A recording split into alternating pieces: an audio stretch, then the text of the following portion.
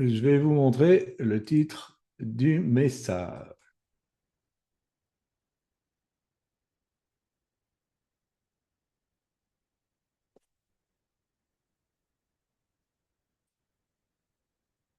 Bien. Je ne dors pas, je médite. Psaume chapitre 1er, le verset 2. Ce qu'il aime, au contraire, c'est l'enseignement du Seigneur. Il le médite jour et nuit. De temps en temps, on surfe un peu sur le net, voir un peu comment va la planète Terre, et on peut voir un nombre incalculable d'hérésies. De tout, de tout, de tout.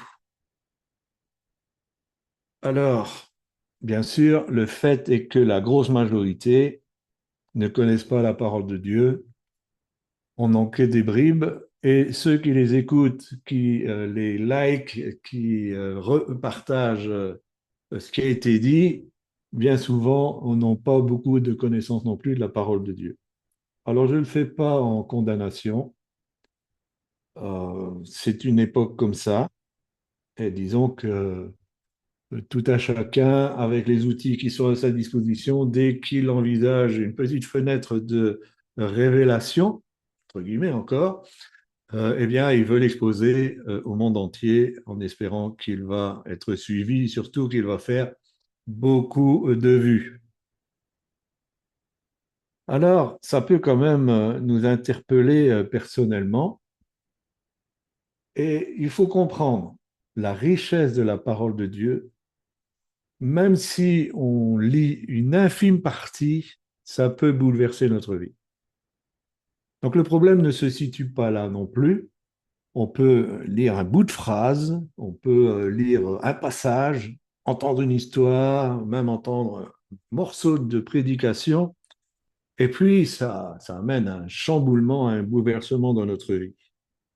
C'est la puissance de la parole. On sait que tout a été inspiré, que tout a été dit, inspiré, comment imprimé dans les consciences de la part du Saint-Esprit. Mais une chose à savoir, et certains d'entre vous qui s'orientent vers le partage de l'enseignement, il faut savoir que pour boulonner, excusez-moi du terme, mais je pense que tout le monde va le comprendre, une conviction, c'est indispensable que cette conviction soit corrélée. C'est-à-dire, c'est-à-dire qu'on va l'affronter avec l'ensemble de la parole de Dieu. Et si quelque chose dans la parole de Dieu nous pourrait dire le contraire de cette conviction qu'on commence à avoir, eh bien, au moins chercher comment concilier ce qui est dit avec la conviction qui est en train de s'installer. Et aussi, ne pas simplement se nourrir de versets qui vont venir appuyer ce qu'on pense déjà. Et c'est bien là le problème, c'est que pourquoi ces personnes disent des bêtises spirituelles, on va dire, c'est parce qu'il y a toute une notion de l'ensemble de la parole de Dieu qu'ils n'ont pas encore acquis. Et le fait de ne pas avoir acquis ces connaissances fait qu'ils tirent des conclusions qui ne sont pas justes. Si on s'oriente vers l'enseignement, il est indispensable qu'on ait au moins lu une fois la Bible dans son entier et qu'on soit bien conscient de tout le message dans son ensemble. Parce que toutes les fausses doctrines sont parties du fait qu'on n'a pas confronté ses convictions. Et le mot méditer dans l'hébreu du psaume 1, 2 est très riche. Bien sûr, il veut dire méditer, donc ça veut dire réfléchir, ressasser, repenser à la parole de Dieu, mais il veut aussi dire gémir. Et ça doit monter comme un gémissement. Cette découverte de la vérité doit monter comme un gémissement. Et ça veut dire aussi une proclamation. Et la parole, elle a besoin de créer ce gémissement de soif de vérité, d'avoir vraiment le désir de connaître la vérité,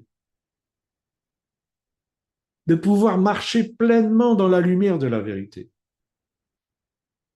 et aussi de commencer à proclamer la parole.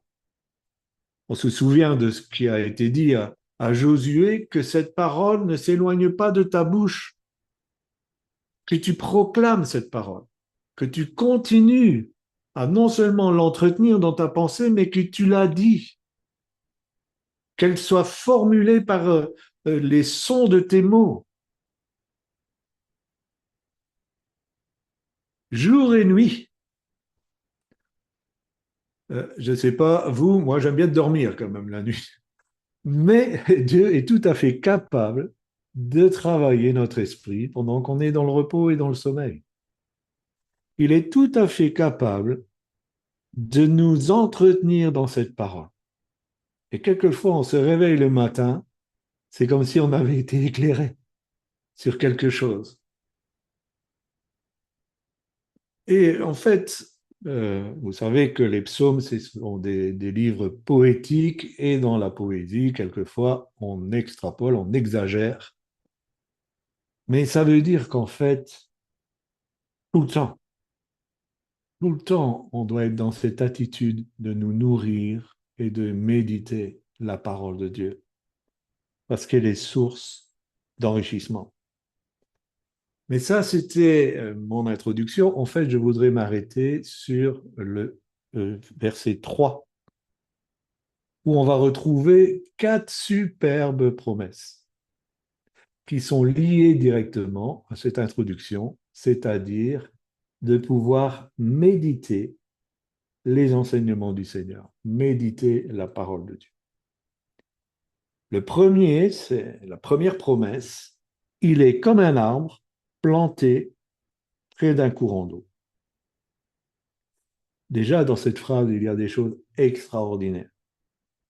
Il est planté comme un arbre près d'un courant d'eau. Un arbre, c'est quelque chose qui fait penser à la solidité. J'ai vu déjà de gros arbres. Je n'ai pas vu les plus gros. Mais il y a des arbres, ils sont majestueux, ils sont d'une beauté extraordinaire, et on sent une sorte de force.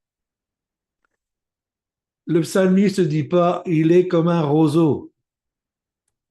Les roseaux, en général, sont cassés. On a la promesse, Jésus l'a dit, il ne brisera pas le roseau cassé. Mais quand on est un roseau, on n'a sûrement pas une image de force comme un arbre. Cette image de l'arbre, elle montre cette stabilité, ce fait de la force, je dirais une force tranquille. Et selon la parabole du grain de sénévé, Jésus dit toutes sortes d'animaux peuvent venir se réfugier dans l'arbre. Et c'est ce qu'on peut voir dans la nature. Toutes sortes d'animaux vont comment je dirais, vivre de l'écosystème de l'arbre tout seul. Que ce soit des insectes, que ce soit des oiseaux, que ce soit certains reptiles, que ce soit certains mammifères. C'est leur environnement. Donc, quand on a médité la parole de Dieu, on devient quelqu'un qui est sécurisant.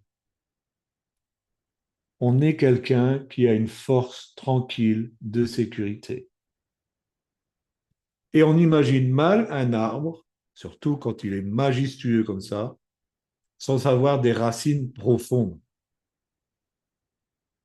Il est profondément ancré. C'est pas du superficiel. C'est pas juste un petit peu. Quelqu'un qui est profondément animé de la parole de Dieu, il est profond dans la parole de Dieu. Il ne va pas se contenter d'une visite de la Bible en surface. Il va creuser, il va plonger, il va s'enraciner et il va pousser. Il est planté. Il est comme un arbre planté. Quand on est planté, on est stabilisé. On n'est plus flottant. Quand on est planté, on est là. Quand on est planté, on a de la constance. On, celui qui est planté comme un arbre, il n'a plus une vie en dents de scie. Il est planté. Il est planté, il a conquis son territoire. Là où un arbre a élu domicile, on ne met plus rien d'autre, ou il faut le détruire. Il a pris son territoire. Est-ce que nous avons pris notre territoire? Nous avons tous un territoire. On a une maison, on a une famille, on a des zones d'influence. Est-ce qu'on a conquis notre territoire? Est-ce qu'on est planté? Et alors, cet arbre planté, il est où? Il est près des courants d'eau, d'un courant d'eau. Vous savez, vous imaginez à quoi j'en viens? Il est planté là où il y a l'esprit.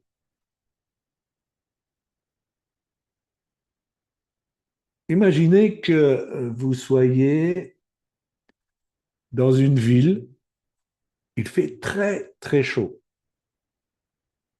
Vous suez des mille gouttes, comme on dit, et puis, en bordure de la ville, il y a des arbres. Et derrière ces arbres, il y a un courant d'eau. Vous allez oublier votre chaleur. Vous allez oublier votre sueur. Vous aurez une impression de fraîcheur. Et vous serez dans une fraîcheur. On peut vivre des épreuves. Et malheureusement, personne n'est épargné des épreuves. Mais quand on est un arbre planté près du courant d'eau, on garde la fraîcheur.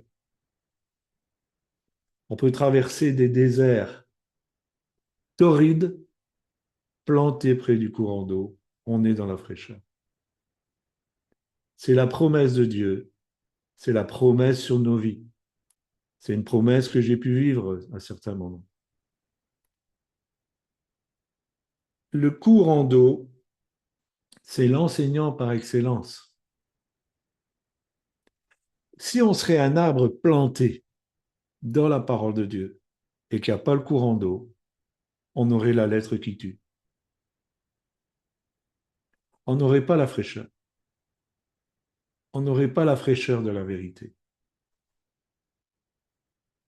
Le Saint-Esprit, c'est l'enseignant par excellence.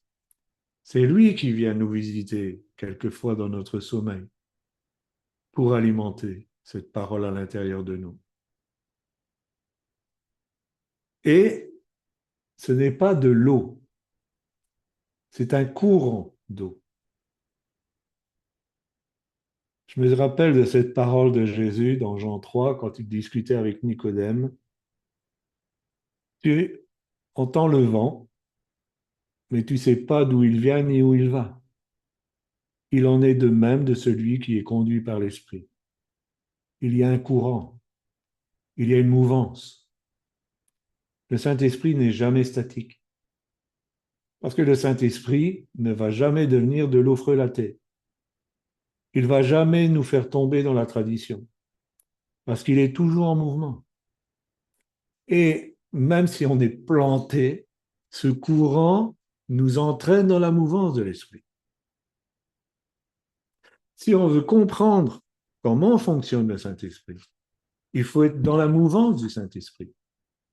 Il faut être planté à côté du courant d'eau. Sinon, on ne va pas saisir la mouvance du Saint-Esprit. Israël le vivait d'une manière physique. Il voyait la nuée ou la colonne de feu sur le tabernacle. Quand ça se levait, il fallait partir. Mais aujourd'hui, on ne le voit pas d'une manière physique, mais en étant planté à côté du courant d'eau, il va nous emmener dans sa mouvance. Il va nous entraîner là où il veut nous entraîner. Il va nous dire go, ou il va nous dire stop. Il va nous orienter là où on doit être. Quelquefois même sans qu'on s'en rende compte vraiment.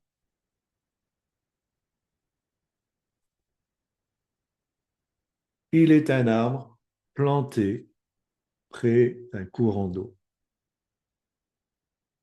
Deuxième promesse, qui donne son fruit en sa saison. Il ne donne pas le fruit de quelqu'un d'autre. Il donne son fruit. C'est ce qu'il est appelé à faire. Évidemment, si on veut faire quelque chose qui n'est pas dans notre appel, qu'on veut produire l'appel d'un autre, on ne va pas produire notre fruit et on ne va pas produire le fruit de l'autre. L'arbre porte son fruit. C'est le sien. N'allez pas chercher des poires sur un pommier. N'allez pas chercher des pommes sur un fraisier. Il porte ce qui lui appartient parce que c'est son appel. Quand il est comme ça, planté, établi à côté du courant d'eau, il est en capacité de porter son fruit. Et ce fruit, c'est pour le don. Le mot qui est utilisé, c'est il n'a pas son fruit, il donne son fruit.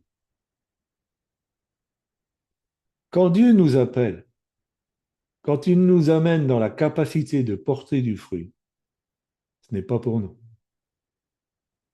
c'est pour le donner. Relisons 1 Corinthiens 12. Le don est pour l'utilité commune. Donc l'arbre, il a son fruit, mais il l'a pour donner, pour l'utilité du corps. Ça veut dire aussi qu'il est arrivé à maturité. Pendant tout un temps, il n'a eu que des bourgeons, puis on a pu remarquer qu'il y avait des fleurs, et maintenant, le fruit est là. Je prie que chacune d'entre nous, nous entrions dans notre saison. Le fruit en sa saison. Il y a un temps pour chacun d'entre nous. Il y aura un temps de notre saison. Et peut-être c'est déjà le temps de votre saison. Mais si ce n'est pas le cas, ne soyez pas découragés. Il y aura un temps de votre saison. Il y aura un temps où ce sera votre destinée. Ce ne sera pas celle d'un autre, ce sera la vôtre. Il faut savoir patienter après cette saison-là.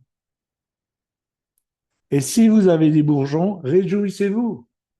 Si vous avez des fleurs, réjouissez-vous. Parce que la saison du fruit va arriver. Pour ça, méditez, restez près du courant d'eau. Troisième promesse, et dont le feuillage ne se flétrit point.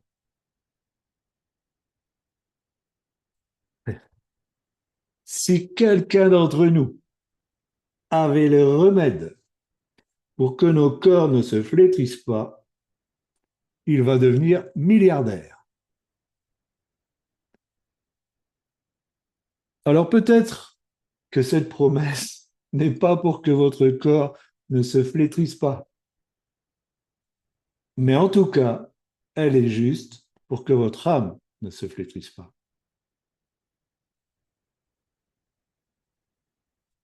Malheureusement, et vous en avez rencontré, et nous en avons rencontré beaucoup, beaucoup de personnes ont l'âme flétrie.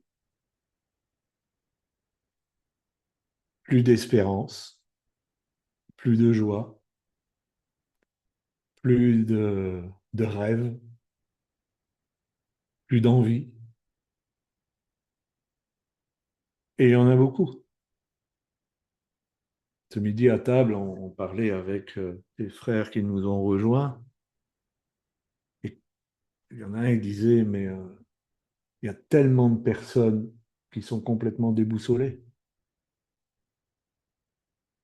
La floraison de thérapeutes, de coachs en tout genre montre un malaise profond de notre humanité. Si nous restons dans la méditation, à côté du courant d'eau, notre feuillage ne se flétrira point, notre âme ne va pas se flétrir. Derrière cette image qui est super belle, il y a tout le domaine de la guérison intérieure. Quand on n'est pas flétri, on est en vie. Quand on n'est pas flétri, on dégage une beauté spirituelle. Certaines personnes, elles rentrent dans une pièce, c'est comme si on avait éteint la lumière. Par contre, s'il y en a d'autres qui rentrent dans une pièce, on dirait qu'on a allumé la lumière. Si on a ce feuillage qui vient de cette fraîcheur du Saint-Esprit, on va éclairer là où on est. On est d'ailleurs appelé à être la lumière du monde. Et Dieu veut qu'on soit guéri. Il se tient près des cœurs brisés. Tu ne dédaignes pas un cœur contrit. Et peut-être qu'aujourd'hui, votre cœur, il est contrit pour quelque chose. Peut-être que vous êtes flétri. Peut-être que, comme nous, vous commencez à approcher d'un âge avancé, puis vous vous dites, mais j'ai raté tellement de choses dans ma vie. Je suis passé à côté de tellement d'opportunités. Laissez le Saint-Esprit et la méditation de la parole renouveler vos forces. Isaïe l'a dit, ils renouvellent leurs forces pendant la marche. Pendant la marche, ça veut dire que je suis dans le courant. Je ne me suis pas assis quelque part et je ne bouge plus. Et en étant dans la marche, dans la mouvance du courant de l'esprit, je renouvelle mes forces. Je sors du flétrissage.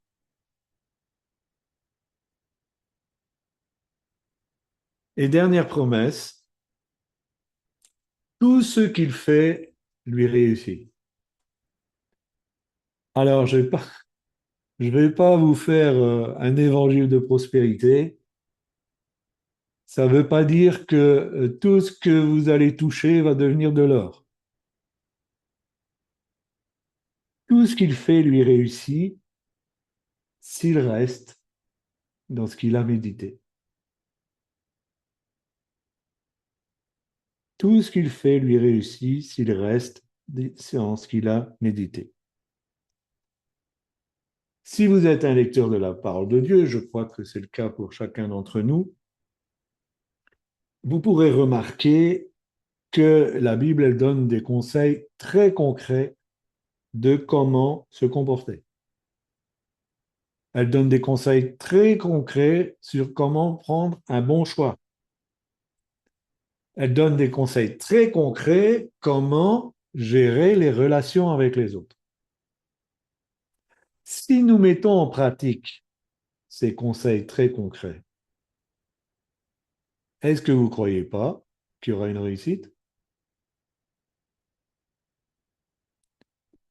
Si on comprend les principes de la parole de Dieu parce que on a réfléchi à ce qu'elle nous dit, si on les applique dans notre quotidien, c'est normal, ça va nous conduire naturellement vers la réussite. Cette réussite, bien sûr, au sens biblique du terme. Et le sens biblique du terme, la réussite, c'est réussir le pari que Dieu a fait en me créant. La réussite, dans le contexte biblique, c'est réussir le pari que Dieu a fait en me créant.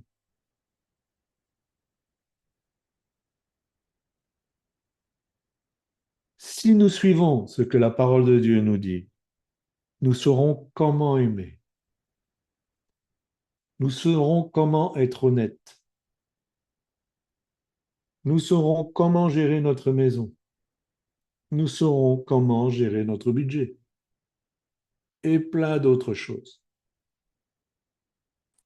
Le fait de réussir en mettant la parole de Dieu en pratique, c'est une conséquence logique.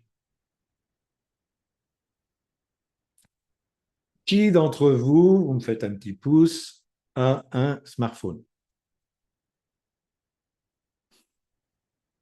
Je pense qu'à peu près tout le monde a un smartphone, bien sûr. Ah, t'en as plusieurs, chérie. Ah, William aussi a un smartphone. Est-ce que vous avez regardé le manuel d'emploi?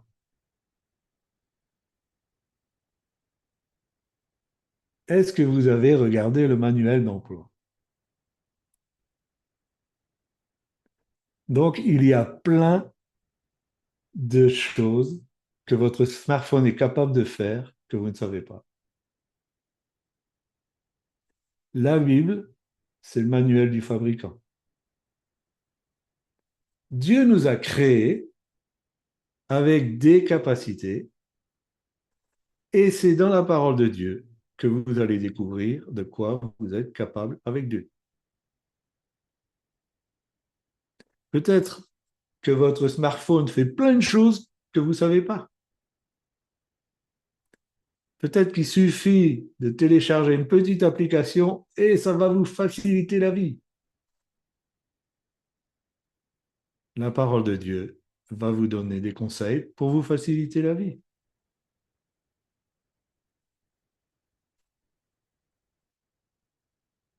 En conclusion, je ne vais pas être plus long cet après-midi, j'aimerais vous dire, il y a énormément d'avantages à méditer la parole de Dieu. Et il y aura toujours à découvrir. Ça fait, vous savez, je ne vais pas toujours revenir dessus, ça fait un peu vieux combattant, mais ça fait des décennies que je marche avec Dieu et il y a encore toujours des choses que je découvre. Il y a encore toujours de nouvelles révélations. C'est la richesse de la parole de Dieu.